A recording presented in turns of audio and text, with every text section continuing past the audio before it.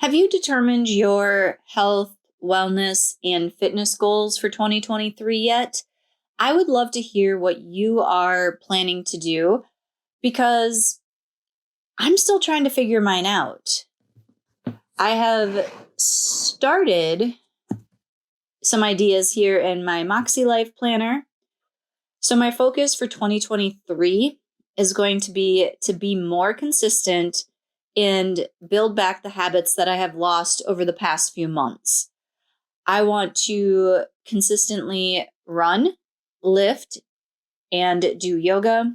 So for me, running is typically 5 or 6 days a week, lifting weights 2 to 3 days a week, and yoga I try to fit in at least once a week. I also need to get my diet and nutrition healthier. I've kind of backslid a little bit, so I need to start getting more fruits and vegetables into every meal and really focusing on my pre and post workout nutrition. And then I have, better sleep, less stress, which both of those will be helped if I can get back that consistency and my nutrition. And then lastly, I really want to get back to my nightly routine of washing my face, flossing my teeth, which I kind of threw into health and wellness, even though it could also go in other categories as well. So that is where I'm at so far with my health and wellness goals. I would really love to hear what you're thinking about for next year and any kind of tips that you might have. I don't want to track my food intake. I have done that in the past. I have tried to do it again, and it's just not something that I feel comfortable with at this moment in time. So I'm really just looking to, maybe some meal prep ideas, some new recipes, quick, easy recipes, because Lord knows I am a lazy cook. Okay, so I have my goals here and we'll be building in my habits in my Moxie Life, but I also have my fitness journal over here. What is a fitness journal, you might ask? I will show you. I have tried various fitness planners, journals over the years. I have done specific running journals or running logs. I have tried, guided Erin Condren petite notebooks, their wellness notebook. And I keep coming back to a planner as my health and fitness journal. I've done a monthly planner. Last year I did an A5 focused planner and I really liked that version. So this year I thought I will do the life planner in the A5 soft bound because I am in love with this color blends. Like, you can't look at this and tell me it is not gorgeous. And yeah, I love it.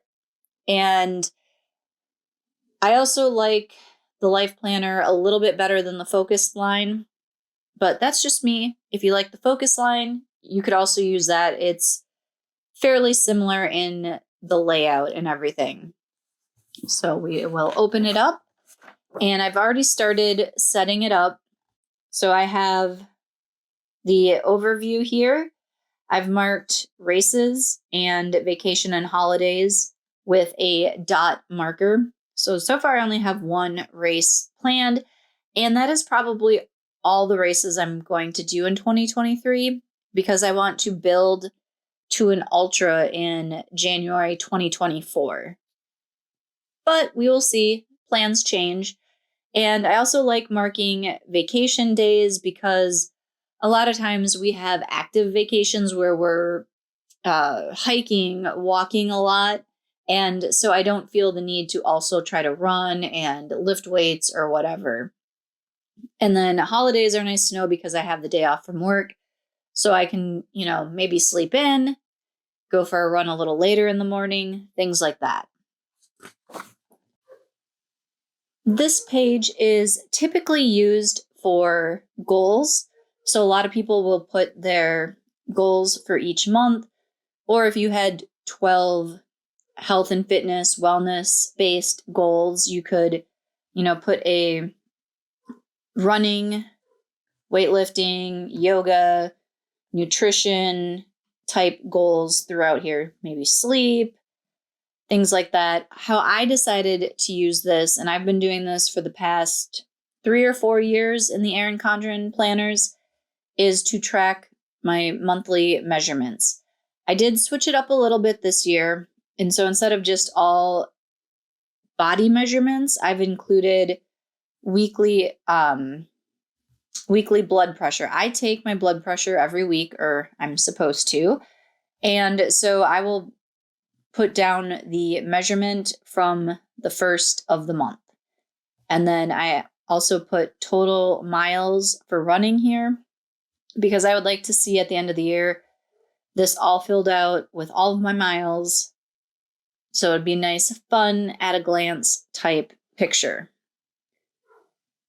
And if you don't want to do measurements, you don't want to do a goal for each box, you could be like, in July, my goal is to run 100 miles.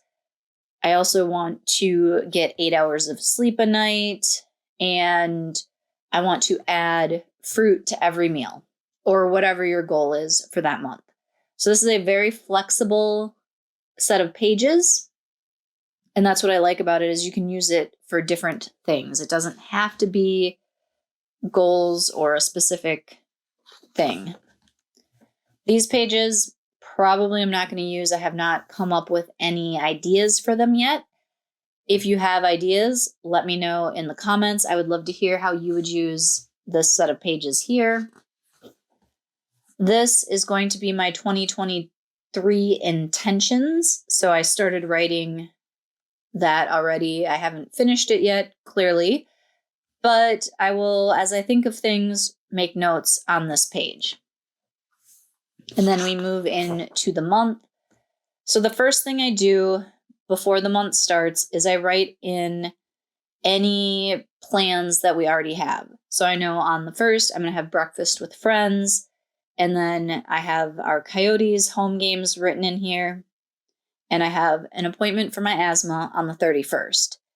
What I did a little bit differently this year is I put BP for blood pressure and weigh-in on here. I haven't included those on the monthly calendar before, so we're trying something different. And I put an H under the date for holidays, and that will be my 5K. And then what I do is when I get my schedule from my coach, I write in my run workouts, and then I make a small note underneath of how many miles I actually ran that day. And then I put the total over here. And then at the end of the month, I will add everything up down here. Now, because January is the first month of the year, I don't have a year-to-date mileage yet. And I typically write those up here above the notes. So when I finish, have my monthly total, I can add those up and roll that number to the top of the next month. And I do this 1 month at a time because that's just what works for me. If you wanted to, you could go through and fill out all of your months with all of your activities, all of your, I want to weigh in, my totals, but I do it 1 month at a time. I find it a little less overwhelming. This page, I have not figured out what I'm going to do with it yet. This box I'm going to use for my measurements the first weekend of the month. And I do have a few additional ones here that I did not include here. So these are the main ones I'm interested in. And then there's a couple of other ones back here that I just like to keep track of. I have a spot for 4 monthly goals, and then a spot for my Saturday weigh-in. So I have weight and body fat and the date of the weigh-in. This space right here, I think I'm going to use for habits. I'm not 100% sure yet. The focused book that I used or am using this year is set up a little bit different for the dashboard. This kind of part of the dashboard is over here, and this is an entire dot grid space. So what I was doing in this dot grid space was a mileage tracker, and like January, I did Christmas trees. February, I did hearts. March, I did shamrocks, so on, so forth. And I would color them in when I would hit those mileage goals. And a couple of months, I just did like boxes because I got tired of drawing it out. But that was kind of fun. So I might make this a mileage tracker of some sorts. Maybe not as like detailed as like I did last year. Or I could also do it here. When I used the monthly life planner, I had the mileage tracker here. And I just did, boxes 1 through 10, and then all the way down through like 100. So those are options I'm still trying to work out. Let me know, how would you use this page and the dot grid space? And then we get to the weekly, and I like the horizontal spread because it allows a space to journal. And then I can put different stats here. So I like to put how long my run was, or how long my weightlifting session was, whatever. I put the time. I put how far I went, and sometimes I'll include the weather here, especially during the summer.